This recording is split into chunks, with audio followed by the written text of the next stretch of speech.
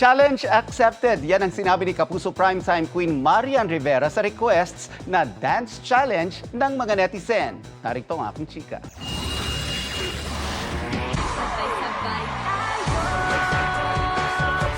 Sabay-sabay.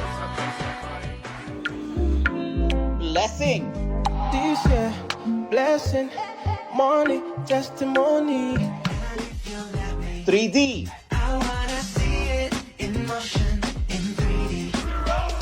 At Tootsie Roll. Lahat ng dance challenges ni Marian Rivera, certified trending. At ngayon, mukhang may bagong pakulo si Yan Yan. May ipinost siyang silhouette video ng isang babaeng nagsasayaw sa saliw ng iconic instrumental theme ng seryeng Marimar. Marimar! Caption dyan ni Marian, challenge accepted.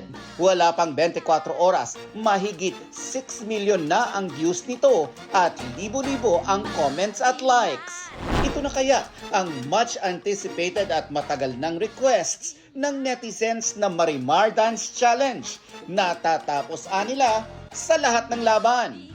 Nang makausap ko si Yan Yan, naging tipid ang kanyang mga clue sa inaabangang online surprise. Talagang nagpipetition sa akin for ang daming request, daming ganito. Sabi ko, sige lang, sige lang. Hanggang sa nagkaroon ako ng time, sabi ko, gawin ko na siya. So, abangan nila mamayang 7 p.m. kung ano yung inaabang-abangan nila, na nire-request nila. Ito na, gagawin ko na. Walang dahilan para hindi ko siya gawin sa mga taong nagmamahal at sumusuporta talaga sa akin. Mga kapuso, maging updated sa showbiz happenings anumang oras. Mag-subscribe sa GMA Integrated News sa YouTube.